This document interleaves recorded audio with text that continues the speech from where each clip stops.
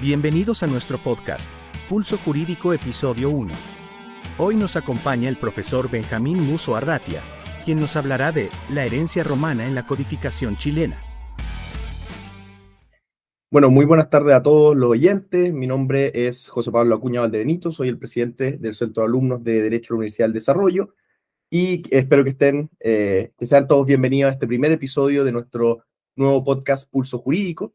En esta ocasión, en este primer episodio, contamos con un invitado de lujo, destacado abogado y académico chileno, licenciado en Ciencias Jurídicas por la Universidad del Desarrollo, magíster y doctor en Derecho por la Pontificia Universidad Católica de Chile, cuyo trabajo llevó por título De la injuria al damnum injuria datum, regulación y sanción de las lesiones corporales en la Roma temprana, trabajo investigativo de 7 años con el cual obtuvo la distinción máxima. Ha desarrollado una sólida trayectoria como profesor de Derecho Civil y Derecho Romano en universidades como la Pontificia Universidad Católica de Chile, Universidad del Desarrollo Diego Portales, Universidad de los Andes, y es autor de diversas publicaciones en esas áreas. Su especialidad es el Derecho de Daños, asociado del Instituto Chileno de Responsabilidad Civil, miembro del Colegio de Abogados y a su vez de la Escuela Serviana Juris Romani, en donde también integra su comité científico. Tenemos el privilegio aquí de presentar al profesor Benjamín Musso Arratia. ¿Cómo está, profesor? ¿Cómo le va? Todo muy bien. Oye, muchas gracias por esa elogiosa presentación y nada, al revés, soy yo el que le agradece el que me hayan considerado para este espacio, incluso para la primera de las sesiones de este podcast, que augura que va a ser una herramienta muy buena, y de ahí lo felicito por la iniciativa que han tenido, un poco de sacar el derecho de la aula y meterlo a este mundo digital en un lenguaje más ameno, en un lenguaje distinto y una forma de presentarlo que esperemos que sea útil. Muchísimas gracias, profesor, por eso. Bueno, hoy día vamos a hablar de lo que es la herencia romana en la codificación chilena. No sé si le gustaría, profesor, partir quizás dándonos una explicación, una visión de lo que usted entiende y de los quizás hitos más importantes de la etapa de codificación en Chile, de esta obra, ¿no?, de Andrés Bello, la cual, por supuesto, trabajó por más de 20 años. ¿Qué nos podría decir un poco de lo que fue la etapa de la codificación?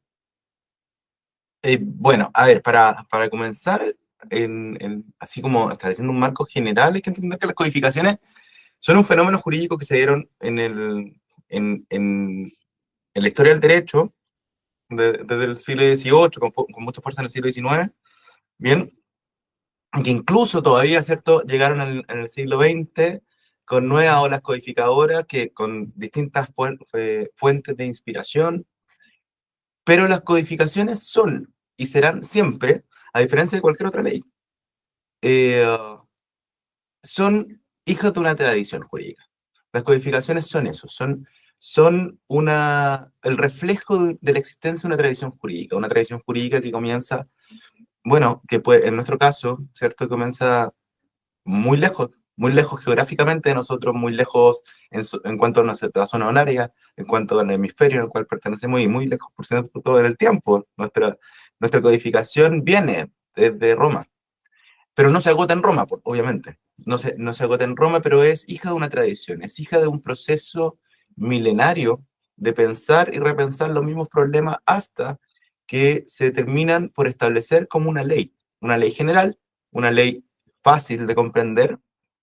¿Pero qué es eso? Es una ley que se dicta en un presente para gobernar hacia el futuro. Fíjense que nuestro Código Civil, si bien ha sufrido modificaciones, sigue siendo el mismo Código Civil, y sigue siendo el mismo Código Civil latinoamericano, si queremos decirlo, obviamente siempre teniendo en consideración otros monumentos americanos, como son el Código de Vélez Sarsfield, el proyecto de Teixeira de Freitas, o el Código de las Luisianas, por ejemplo. Pero nuestro código sigue siendo, después de 200 años, sigue siendo un código que nos rige, que rige el derecho común, digamos, que rige varios países latinoamericanos, y que fue dictado hace 200 años para seguir rigiéndonos hoy, pero mirando un pasado milenario muy grande. Así que eso es lo primero. O sea, lo primero que tenemos que entender cuando nos enfrentamos a la codificación es eso, ¿bien? Que es un proceso de racionalización jurídica muy grande, pero también de positivización de la norma. Entonces, tiene ambos elementos. Claro. Bueno, y dentro de lo que es la etapa de codificación en sí, obviamente, como usted bien mencionaba, Nuestro Código Civil se destaca por ser uno de los promulgados con mayor antigüedad. Destacan otros códigos, obviamente, alrededor del mundo que tienen una antigüedad bastante similar a la de nuestro código. Y dentro de lo que fue este proceso, justamente el cual encabeza Andrés Bello, podemos entender que este además toma en consideración para la elaboración del Código Civil múltiples fuentes. No solamente usted, como decía, quizás las fuentes romanas, como podría ser quizás el Corpus Juris Civilis, las siete partidas sobre todo, también hay otro tipo de fuentes. ¿Usted consideraría que es así el corpus, quizás las siete partidas, lo que podría ser en la fuente principal? ¿Y dónde se destacaría eso, dónde se vería reflejado quizás en el código? Nuestro Código Civil, nosotros podríamos decir, obviamente haciendo una suerte de metáfora, que se la ha escuchado alguna vez referirla al Código de la Luisiana, pero que bien vale para nuestro Código Civil. Nosotros podríamos decir que nuestro Código Civil, entendiendo que es la ley, ¿cierto? Entendiendo que en femenino diríamos que es una chica española vestida a la moda francesa. ¿Por qué? Porque creo que la estructura de nuestro Código Civil es un Código Civil francés, es un Código Civil de matriz francesa, pero no es una codificación francesa, no es el Código Napoleón, no. Se viste con la ropa francesa, pero en su contenido medular, las siete partidas son la fuente más importante, por lo menos cuantitativamente. Por lo menos la mayoría de los artículos que Carlos Munátegui en su minuto rastreó las fuentes, la mayoría de los artículos de nuestro Código Civil siguen a las siete partidas, como fuente material, digamos. Aun Sí. cuando puedan tener una estructura muy francesa. Bueno, la definición de contrato, que también me faltó mencionar, lo que es muy importante, obviamente, el Código Civil. La definición de contrato es uno de los ejemplos donde uno puede decir, claro, son definiciones bastante similares. Obviamente hay matices dentro de lo que son las diferencias fundamentales entre ambos códigos, pero definitivamente es una inspiración muy grande a lo que vendría siendo el código que tenemos hoy en día. En cuanto a Andrés Bello, bueno, nosotros sabemos que leía mucho Savigny, por supuesto, y podríamos decir que Savigny, a su vez, había elaborado la idea de que el derecho se ordenaba como la gramática, es decir, sujeto, verbo y objeto. Sí. ¿Dónde diría usted que podemos identificar esta influencia precisamente en cuanto a la estructura del Código Civil? Al menos, sí, a ver, es simpática esa idea, ¿cierto? De que Savigny un poco mira a la gramática como la ciencia más próxima al derecho. Y bueno, todos los que han pasado por primer año en la facultad y los que seguramente se estén matriculando van a estudiar la estructura gramatical de la norma. Y ahí se van a dar cuenta de justamente eso, de eso que ustedes están diciendo, ¿cierto? Sobre, bueno, si es A, debe ser B. Si no es B, es C. Bueno, claro, eso es una estructura gramatical, es verdad que se traduce en la norma jurídica.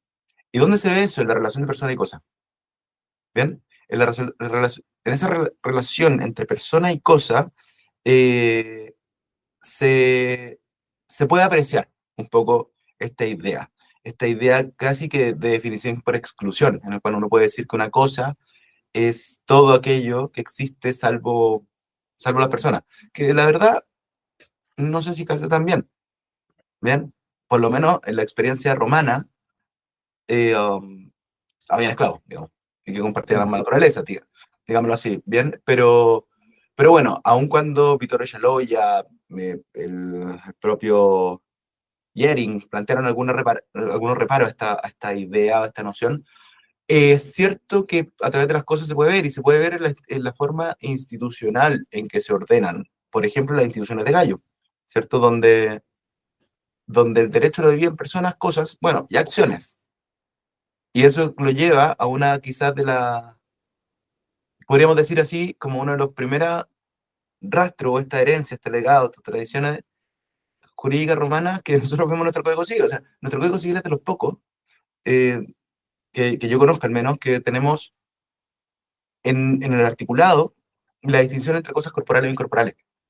Y la existencia de esa articulación de cosas corporales e incorporales, ¿cierto? Que establece Gallo en sus instituciones, la existencia simplemente porque la forma de clasificar el derecho antes era entre jura y res. entre la cosa y los derechos. Pero bueno, como las personas no pueden ser cosas en ese sentido, entonces, bueno, hay que estructurar el derecho de otra forma. Están las cosas, dentro de las cosas, las corporales y las incorporales, entonces dejamos a la persona en otro lado.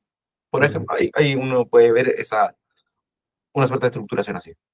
Bueno, y al menos dentro de lo que es el estudio del derecho romano como tal, siempre ha sido muy importante esto por testimonio obviamente de otros estudiantes, etcétera, pero siempre tener el conocimiento tanto de la estructura de las instituciones de Gallo como la del Código Civil, ya que son muy similares en cuanto a entender obviamente ciertos conceptos, ciertas instituciones y la estructura misma que es muy similar.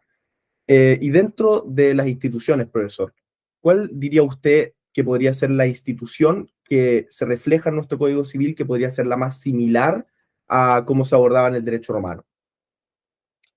Uf, la institución que podría ser más similar, la verdad, no se me ocurre ninguna que sea como la gran institución que pueda ser la más similar. Eh, s- pero a ver, la tradición, Mm.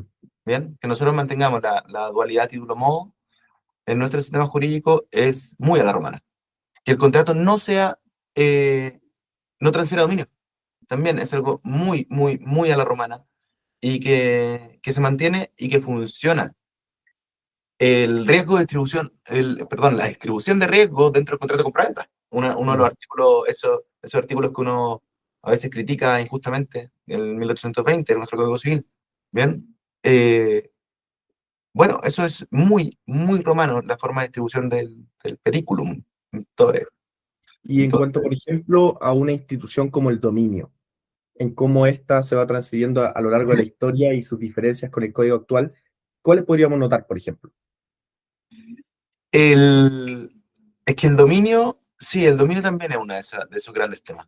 Es uno de esos grandes temas, porque nosotros definimos el dominio muy a la romana. O sea, porque no existe una definición romana para el dominio. Mm. Al decir que el dominio se ejerce sobre cosas corporales, estamos reconociendo esa idea que ya venía establecida desde las instituciones de Gallo. E incluso hay autores como un gran jurista italiano como Mario Talamanca, que derechamente califica al dominio como una cosa corporal. ¿Bien? Por esa identificación casi plena que existe entre la cosa y el derecho, del derecho a dominio. Es cierto, es cierto, tiene un punto, muy buen punto ahí. Ahí hay una herencia hermana muy grande.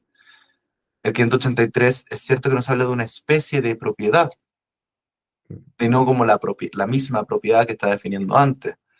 Y los romanos también lo hacían. Los romanos también dividían o entendían el dominio de diversas clases.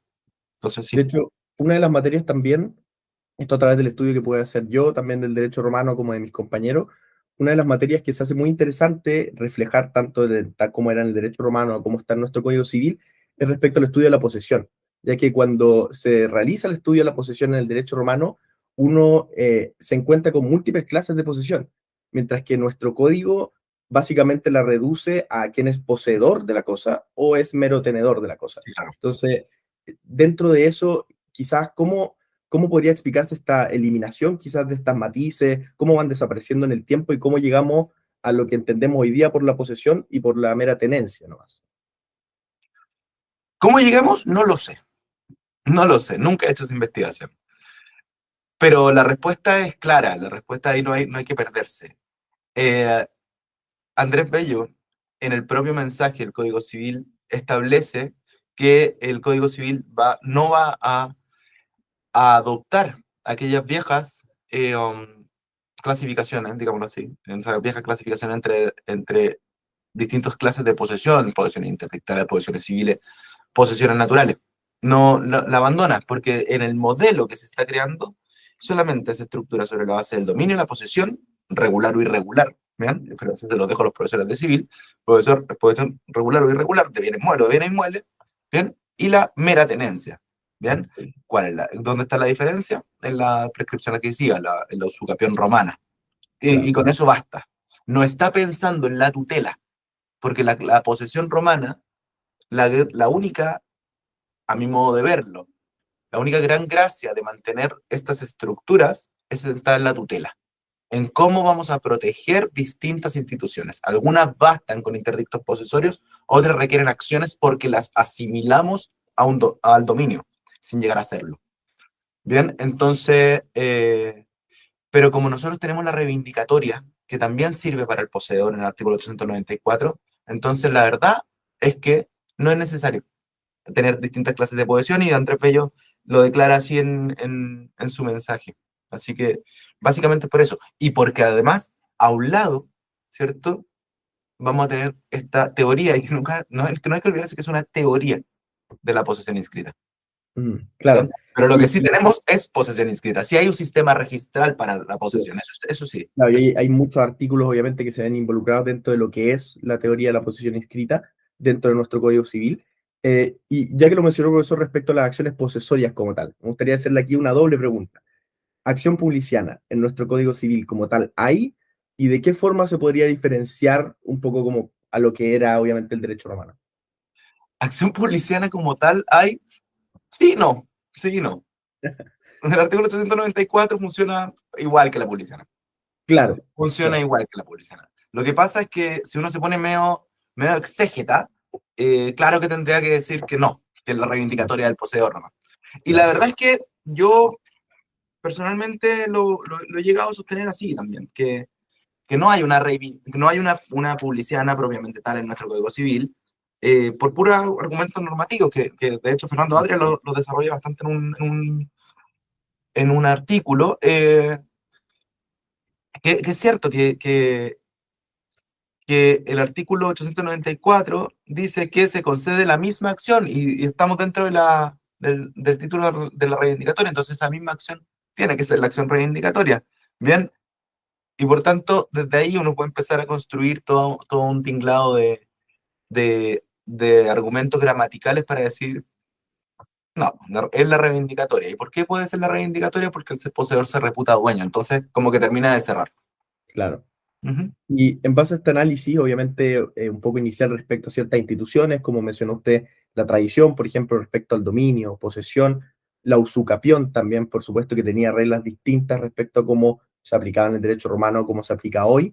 Me gustaría también preguntarle respecto a esta misma, respecto a la usucapión, ya que dentro de lo que es la prescripción adquisitiva, ya sea ordinaria o extraordinaria, los plazos que hoy día cuenta la prescripción en nuestro sistema, ¿cómo operaba la prescripción en el derecho romano propiamente tal? Es que uno no puede afrontar esa pregunta hablando del derecho romano, porque el derecho romano es una experiencia de 1000 años.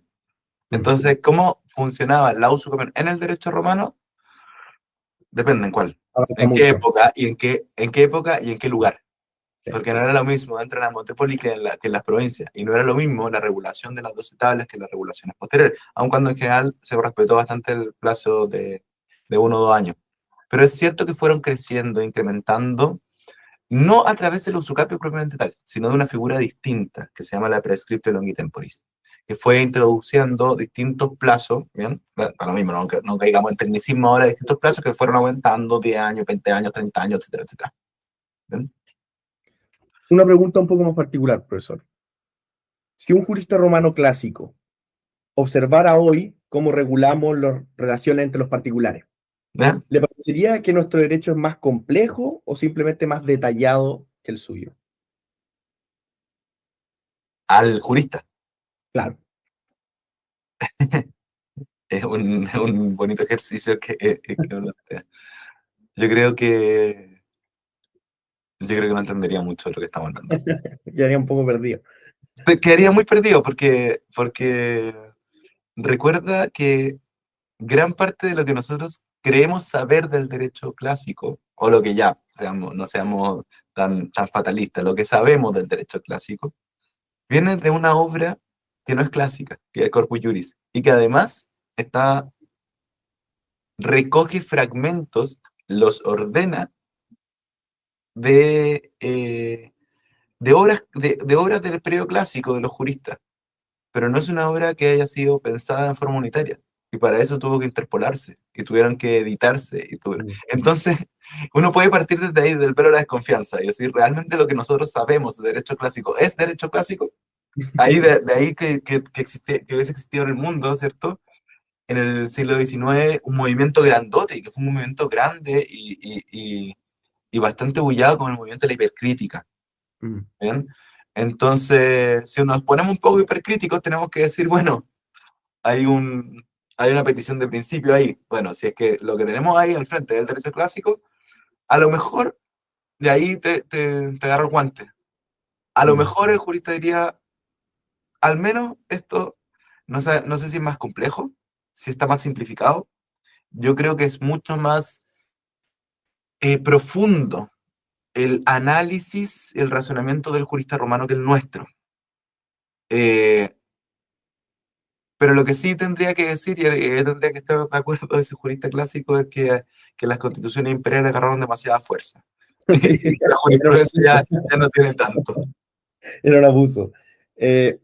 Profesor, en cuanto, por ejemplo, pensando ahora en quizás lo que era el derecho romano, que como muy bien dice usted, obviamente es un periodo en sí demasiado extenso para abarcarlo, para decir en cuanto al derecho romano y no referirnos a una época en concreto. Es muy difícil hacer eso, sobre todo por las diferencias que existían.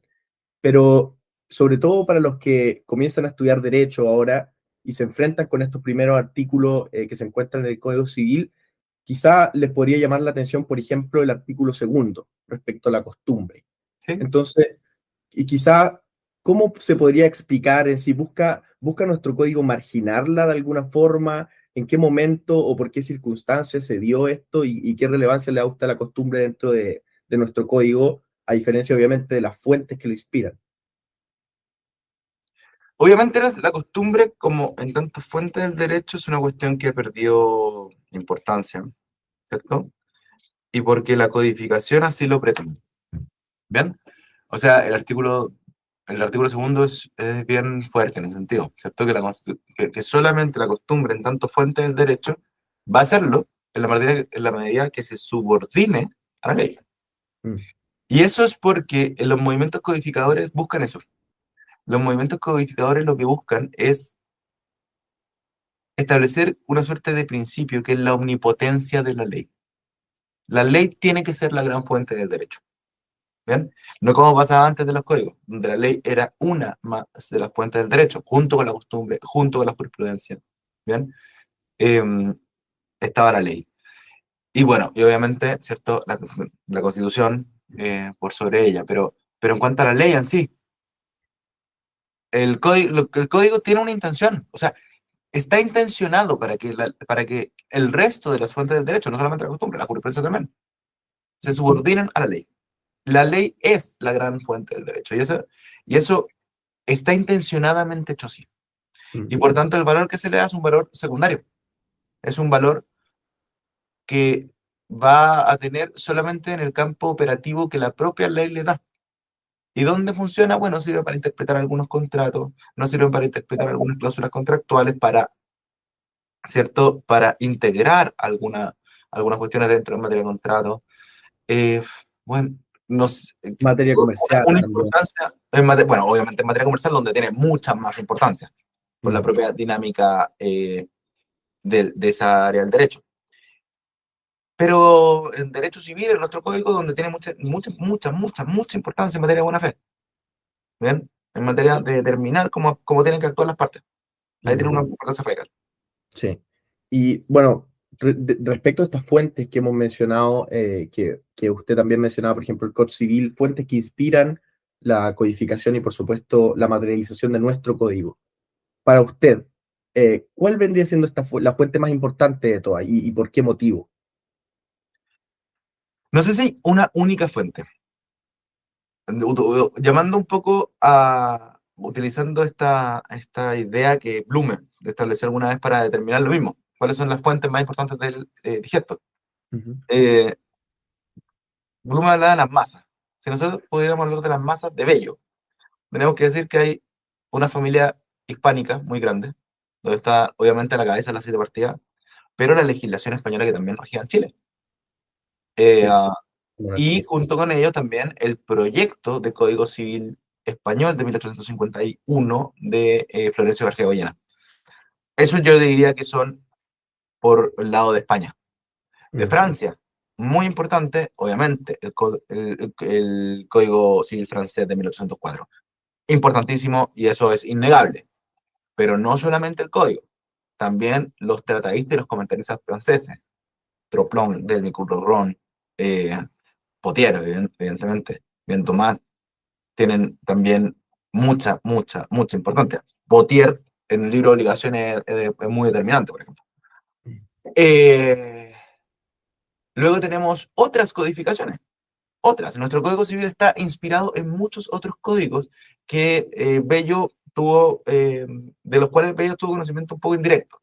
Bien, pero muchos otros. El Código Civil Austriaco, por ejemplo, el Código de Baud, el Código del Reino de las Dos Sicilias, el Código Sardo, el Código de Cerdeña, por ejemplo, el Código de Luisiana.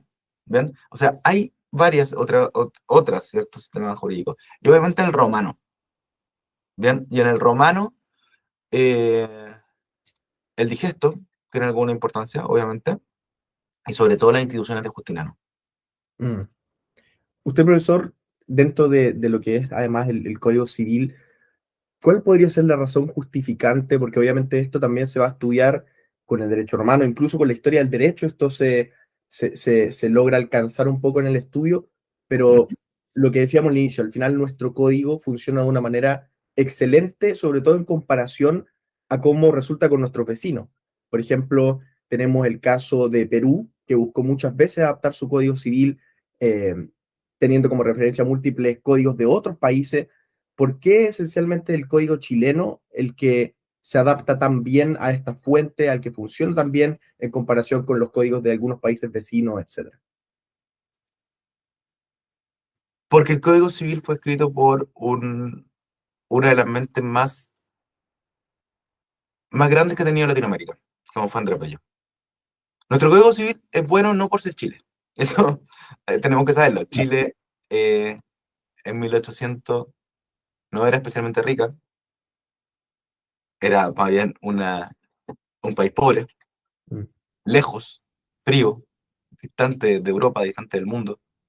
Entonces no es porque seamos nosotros, es por Bello. Bello llevó adelante un trabajo enorme, un trabajo monumental, que prácticamente hizo solo, como fue nuestro Código Civil. Y que nuestro Código Civil es el resultado de grandes accidentes de Bello. Nuestro Código Civil y todas estas fuentes que hemos comentado acá son hijos de la vida de Bello. O sea, ¿por qué uno podría pensar, bueno, pero ¿por qué Bello se aproxima a esto? ¿Estudió Derecho? Sí, claro, estudió un año. Un año. ¿Bello es un gran jurista? Sí, lo es. Pero no es abogado. No concluyó la carrera de Derecho. Estudió un año. Ahí tomó conocimiento de las instituciones de Justiniano. Tomó conocimiento de las 7 partidas, no por un interés del derecho, porque su gran vocación siempre fue la de filología, era un hombre de letras. Entonces, para poder interpretar y leer bien una obra que la obsesionaba realmente, como era el Cantar del Mio Cid, que fue escrito prácticamente al mismo tiempo y en el mismo lugar de las 7 partidas, entonces en un ejercicio filológico conoció muy bien las 7 partidas. Y así, entonces él en general tiene una gran influencia, que se me había olvidado, una gran influencia británica, una gran influencia inglesa también, a través de Blackstone y de Bentham. Bueno, y esa filosofía utilitarista también se impregna un poco en Bello. Yo tuve oportunidad de analizar alguna vez, por ejemplo, el artículo 2331, que es un artículo tan polémico en nuestro Código Civil, porque excluye aparentemente el daño moral, y que generalmente se dice, no, aquí Andrés Bello no lo quiso excluir, no se usaba el término. Ya, ok, el término no se usaba, pero sí sabíamos de los daños contra el honor. Y eso, ojo, y eso es lo que se excluye, no el daño moral, los daños contra el honor, dice el código. ¿Y por qué? Porque Bentham creía que la única forma de restablecer el honor es agarrar 2 pistolas y batirse a duelo. O sea, hay cosas que están ahí, que están ahí. Hay otros profesores, por ejemplo, Carlos Munati, que dice, que si se pregunta si será coincidencia, y yo creo que no es coincidencia, que nuestro Código Civil, en la regulación del domicilio, sea uno de los tantos códigos civiles, perdón, no de tantos códigos civiles, de los pocos códigos civiles, que reconoce la multiplicidad de domicilios. Claro, y Andrés Bello tenía muchos domicilios en Londres, muchos, porque estaba pobre como una rata, entonces no quería ser notificado por los acreedores. Mm. No, y su respuesta me parece muy interesante respecto a, claro, o sea, la causa de esto, la justificación quizás más inmediata y más correcta, o sea, claro, fue Andrés Bello, o sea, Andrés Bello en sus bueno, retornando, por ejemplo, del exilio en Londres, este trabajo, obviamente, que representa el Código Civil, un trabajo de más de 20 años, am, por supuesto, llegando a Chile y iniciando este trabajo por sí solo, un trabajo en donde además él no solamente cumplía estas labores en cuanto a su trabajo al código, sino que además su función pública era importantísima, fue senador, eh, cumplió funciones, la verdad es que fundamentales, y además logró hacer todo esto dentro de muchísimos conflictos que se suscitaban, por ejemplo, dentro de las cámaras legislativas, las comisiones que se conformaban, que fracasaban, pero Andrés Bello seguía, y obviamente llegó a constituir el Código Civil que tenemos hoy día, con múltiples reformas, obviamente, hasta la fecha de hoy, pero creo que es una respuesta muy interesante la que me da, profesor. No, y ojo, y con múltiples reformas, no solamente al día de hoy, al momento mismo de que se promulgó. Así Andrés es. Bello también le hizo un par de arreglitos más. O sea, Profesor, ¿usted nos podría aprovechar de contar un poco más de lo que es la vida de Bello, un poco del contexto de su vida en sí? sí, claro. A ver, ya, partamos de subir de la base que yo no soy como dicen por ahí, bellista. ¿Bien? Tampoco soy historiador del derecho, ni historiador. ¿Bien? Son áreas que respeto mucho, pero que no son lo mío. Lo mío es un poquito el análisis de las normas privadas en un momento histórico de hace mucho rato. Eh, Mm. um, Así que, en términos muy generales, y puede que sea un poco impreciso, a ver, Bello nació hacia finales del siglo XIX. Bien, Bello creo que nace, perdón, del siglo XVIII, nace como en 1780 y algo, por ahí. Ujú. Bien, en Caracas, bien, en Venezuela, ¿ok? En Caracas, en una familia que no era rica, ¿ok?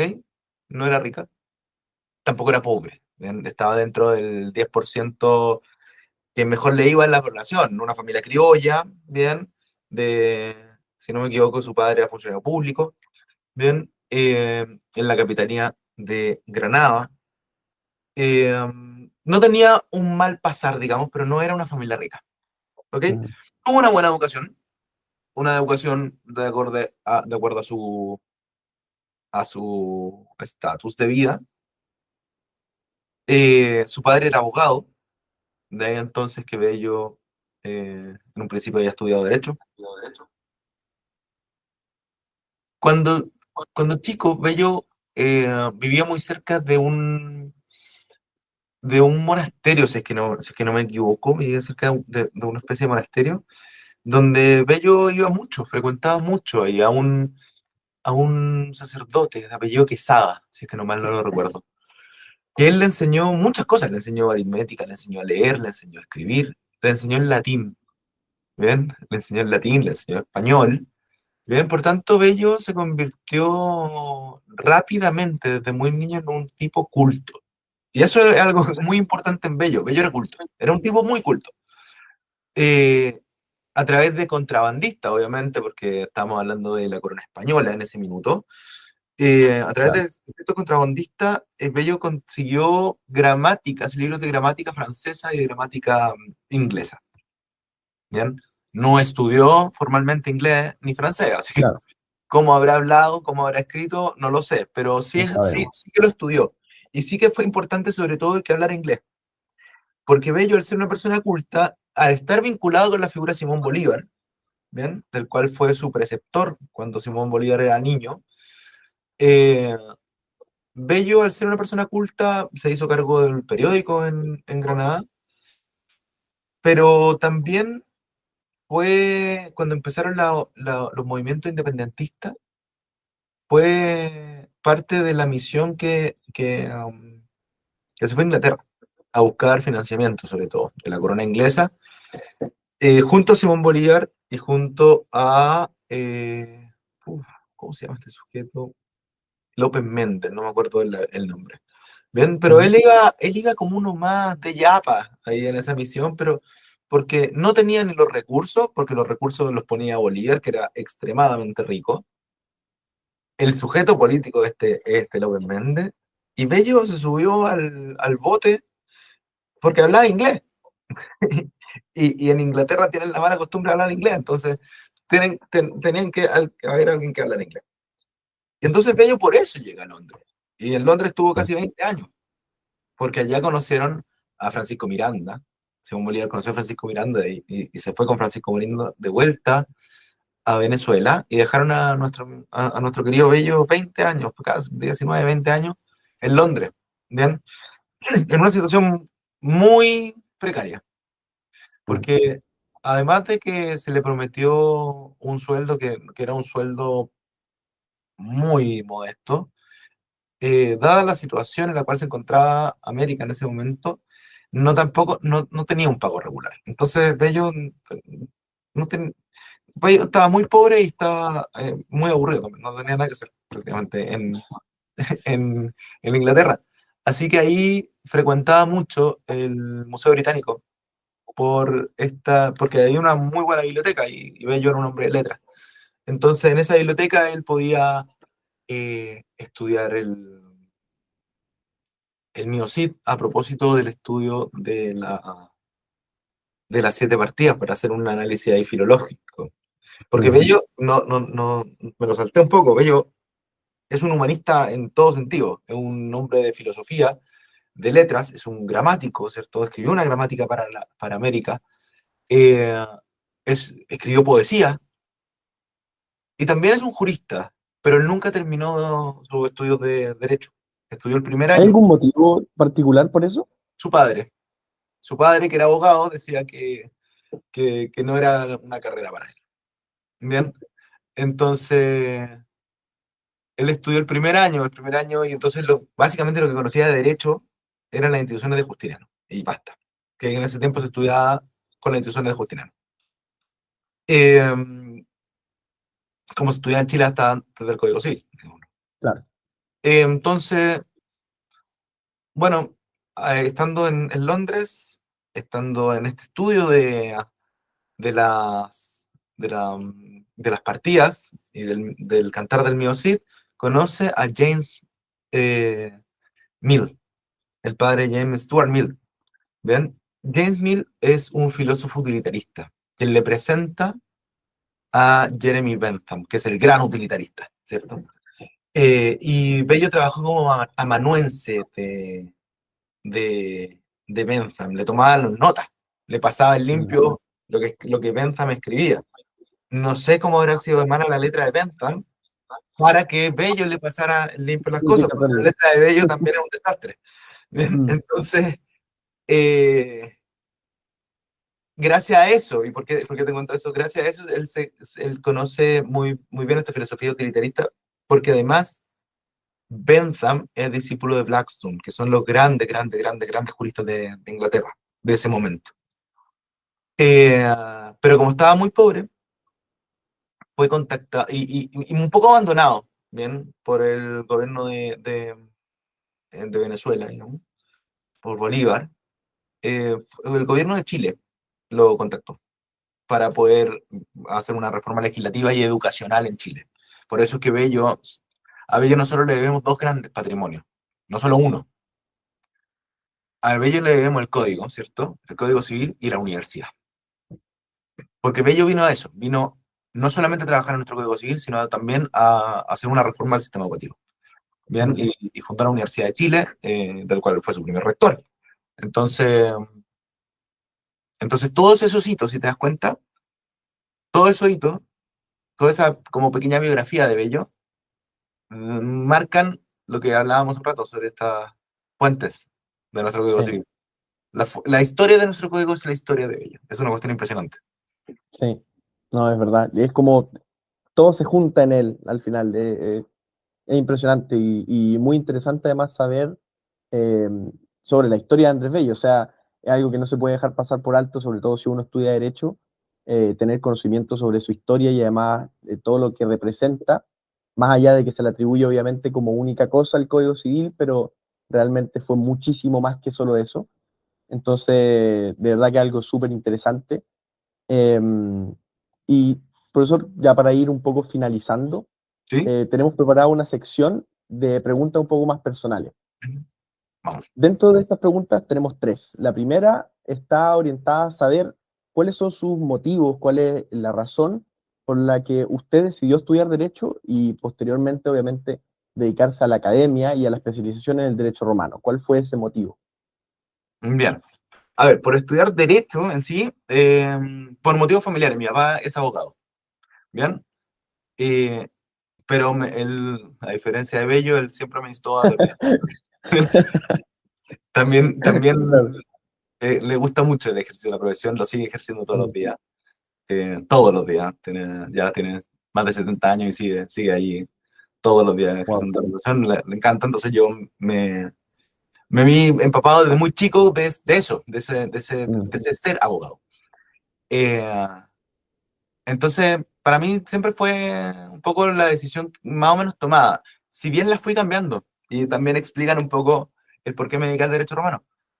Eh, Aunque siempre quise estudiar derecho desde muy niño, aparecían otras cosas, aparecían otros intereses. La historia, en algún minuto, ¿bien? En algún minuto. La pedagogía en historia también apareció, Mm. era también como una opción para mí.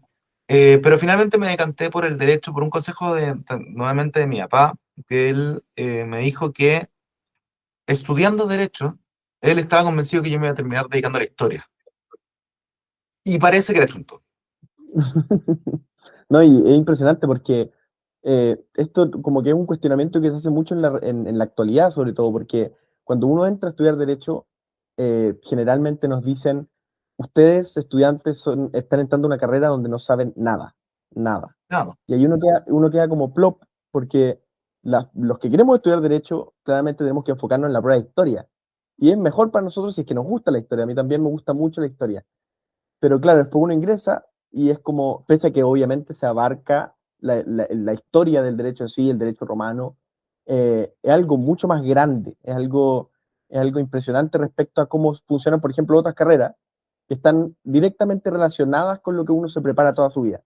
Pero es verdad lo que me comenta que quizá sí se genera este choque entre, en realidad yo quiero estudiar derecho, pero me gusta más la historia que lo que es el derecho, y están muy relacionadas.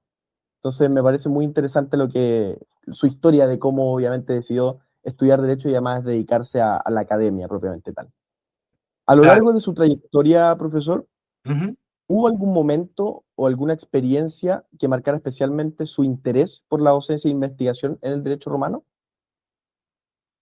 Por la docencia, el haber sido ayudante. Bien, a mí como parecía ser un ramo que un poco compatibilizaba ese gusto que siempre tuve de chico por la historia en general, la historia de Chile, me gustaba mucho la historia de las guerras mundiales, etcétera, etcétera, pero sobre todo siempre me gustó la historia clásica, Mm. ¿bien? La historia clásica. Mm, Tengo que confesar que mi primer gran amor no fue Roma, sino que fue Grecia, ¿bien? Ya, fuertes Pero, declaraciones. pero Grecia y Roma para mí eran todo, y Egipto. Ese mundo mediterráneo para mí siempre me interesó muchísimo. Mm. Yo entonces se daba mucho y que derecho romano me pareció muy atractivo por lo mismo, o sea, mezclaban, o creía yo en ese sentido que mezclaban esos dos intereses. Si bien derecho romano no es un ramo histórico, es una disciplina que tiene un contexto histórico, pero nosotros, la metodología con la cual nos enfrentamos no es la metodología del historiador, es la metodología del jurista. Mm. ¿Bien? La metodología del historiador del derecho, ¿ya? Como con esa especialidad, justamente la tienen los historiadores del derecho, ¿bien? Una disciplina amiga, pero no la misma. Pero bueno, entonces, por la docencia, el haber sido ayudante, Muy ayudantía. como me gustaba y me iba bien, me llamaron muy temprano, desde muy chico a ser ayudante y me mantuve como ayudante hasta que asumí una cátedra como profesor, que ese era mi norte un poco.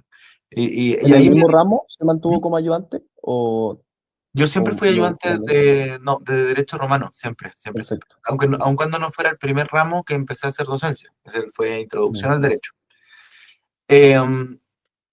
Entonces de ahí empecé a agarrar ese gusto a través de la ayudantía, ese gusto por la docencia. Mm. Y por la academia, por la investigación, yo creo que venían un poquito de la mano. Yo creo que como me empezó a gustar mucho ser profesor, también pensaba que para ser buen profesor tenía que ser un buen investigador y un buen académico en ese sentido. Con un poco mirando desde ahora hacia atrás, la verdad es que tendía a matizar esa forma de aproximarse. Eh, son cuestiones que se complementan, la Mm. investigación con la docencia, ¿bien? Pero no una necesariamente depende de la otra, ¿bien? Claro. Eh, pero desde ahí me fue interesando. Me fue interesando al principio empezar a leer algunos artículos, empezar a escribir algunas cosas. Bien, mi Mm. tesis de pregrado también la disfruté mucho en ese sentido, también la escribí en Derecho Romano. Después la quise seguir ampliando y la convertí en una tesis doctoral. Eh, y así. Y también tenía el interés por un poco por salir y romper las estructuras de la ley. A mí siempre cuando estudiaba me pasaba eso. No sé si era porque tenía la cabeza muy formada en derecho romano, que no era así, no era el caso, por supuesto que no. Todavía sigo aprendiendo muchísimo. Um, Me pasaba que de repente no me quedaba tranquilo con que la respuesta fuera, bueno, porque así está en la ley. No, pero ¿por qué? ¿Por qué le ponemos esas ataduras a una institución que en Claro. verdad es libre? ¿Por qué la atamos tan fuerte con la ley? Y a mí creo que eso es lo que me cautiva del derecho romano. Que Mm. son las mismas instituciones, si hablamos del derecho civil, son las mismas En instituciones, general, claro. son las Mm. mismas instituciones, solo que nosotros tenemos esa posibilidad del análisis aislado de la institución, Claro. aislado de... A lo largo de su trayectoria, ¿hubo algún personaje, alguna persona dentro de su vida, quizá a nivel familiar, a nivel de colegas, quizá, o alguna figura histórica, que lo haya motivado a ser quien es hoy, tanto desde la perspectiva académica, de la docencia, etcétera? Sí, obviamente son muchas personas, obviamente las que uno lo van inspirando. En mi familia, claro, mi núcleo familiar obviamente siempre ha sido una fuente de inspiración para prácticamente todo lo que yo desarrollo. Uno podría tender a pensar que la respuesta más fácil sería mi papá, que es abogado, y obviamente por ahí algo empecé a tirar, pero obviamente eso no lo voy a reducir solo a Claro. él, sino a mi familia en general, un grupo a quienes admiro cada uno de lo que desarrollan y hacen, y que me da la oportunidad de a mí también hacer las cosas con sus puntos de vista, su forma de mirar el mundo. También, yendo a lo académico, ¿cierto? Hay figuras que me inspiran directamente, sí, bien, desde, claro, mis profesores en general, obviamente en especial en la universidad, quien fuera mi profesora de Derecho Romano, que me inspiró a dar los primeros pasos, pero también hay muchos otros que no quiero mencionar para que no se me olvide nadie, porque la verdad es que tengo una muy mala memoria, pero muchos otros profesores, ¿cierto?, académicos que estén o no vinculados al derecho romano, me han ido siempre inspirando a lo largo, bueno, de los estudios de posgrado, de las tesis doctorales acá, tanto en Chile como en el extranjero también, pero si Mm. tuviéramos que reducirlo a un gran nombre de lo académico en Chile, yo creo que eh, la gran fuente de inspiración, ¿cierto?, de todos los romanistas en Chile ha sido Alejandro Guzmán. Bien. Y personaje histórico.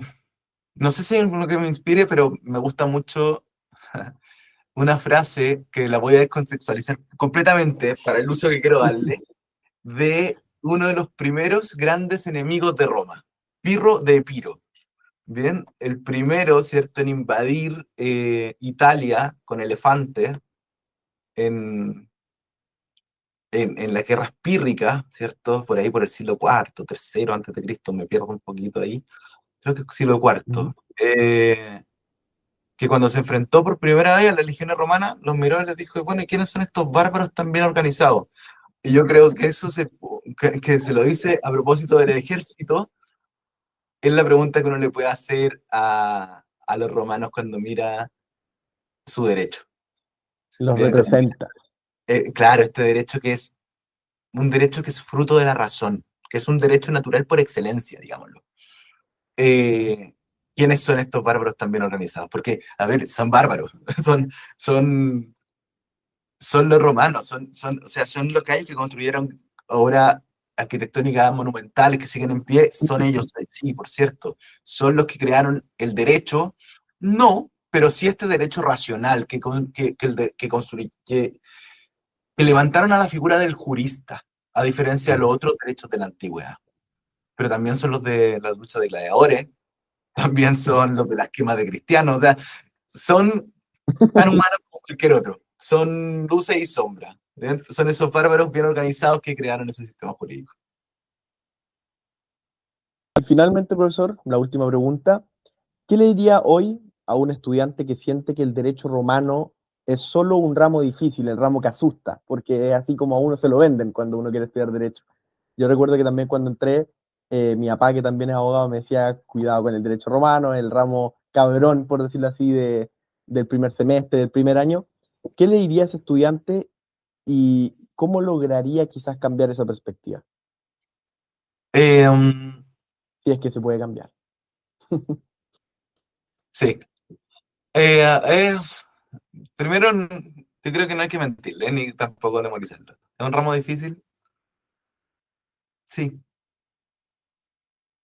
pero no es un ramo imposible. No es, no es tanto más difícil, ni necesariamente más difícil que otros. Tiene sus Mm. complejidades que son propias, ¿bien? Pero, a ver, hay que entenderlo. Es una disciplina que se enseña en un primer año. Por tanto, eh, está hecho para un nivel inicial. Tiene quizás esas pequeñas dificultades ah, de que tiene muchas instituciones. Es una mirada, ¿cierto?, en un ramo del derecho privado en general. Tiene palabras y tiene términos en latín. Los romanos tenían ese mal hábito de hablar latín. Em, Como decíamos, tiene un contexto histórico, pero no es historia. Entonces, a ver, no es un ramo fácil, ya podemos estar de acuerdo. Tampoco es un ramo imposible. Tampoco está pensado para ser imposible. Tiene solamente algunas cuestiones. Tiene términos en latín, pero uno pregúntese si en la medicina no lo tiene, si el español no lo tiene, si, bien, si la química no lo tiene, si las matemáticas no usan el griego. Bien, entonces, a ver, no nos escandalicemos. Nosotros Mm. hablamos un latín vulgar, un latín malo, un latín que viene varios siglos de desarrollo, pero es la misma lengua. Entonces, desde ahí no hay que escandalizarse. ¿Bien? Tiene un contexto histórico y enriquece mucho también el saberlo y el conocerlo. Obviamente, enriquece la experiencia, pero no es un ramo de historia. Mm. Entonces, no es eso lo que se busca. Al revés, yo creo que tiene grandes oportunidades. Y yo no invitaría a mirarlo así, no a tenerle susto a derecho romano, ¿bien? Porque les dio con derecho romano nomás. Alguien podría decir lo mismo de otro ramo, ¿bien? De No, te vamos. cualquier otro, pero bueno, ya, nos pegaron a nosotros. Pero tiene unas oportunidades grandes. Es la única vez que uno puede mirar una experiencia jurídica completa, una experiencia Mm. jurídica de 1000 años, desde inicio hasta su auge y caída. ¿Bien? Completa, completa, completa, como si fuera una foto. Nosotros no podemos hacerlo, eso es ahora nuestro derecho actual porque se va moviendo, porque está en constante evolución. Luego, es un lenguaje común. El gran derecho internacional es el derecho romano. es el único derecho que subyace a las tradiciones jurídicas romano-continentales, pero no solamente las romano-continentales, o sea, Japón, China, son países que han desarrollado una experiencia jurídica a través del derecho romano, aunque no nos parezca una locura, pero es así. O sea, cuando hablamos de la compraventa, estamos hablando de la misma compraventa sin importar la ley nacional. ¿Bien? Podrán haber más o menos requisitos, podrá ser de un color o de otro, ¿bien? Pero al final estamos hablando de lo mismo porque tenemos el mismo ADN. Y finalmente, y eso me lleva a la tercera como gran oportunidad que nosotros podemos ver del derecho romano. Es el gran derecho global. En un mundo de economías globales y de derechos locales, obviamente con experiencias internacionales, Claro. pucha que es importante tener un hilo conductor. Y ese hilo conductor no es sino el derecho romano.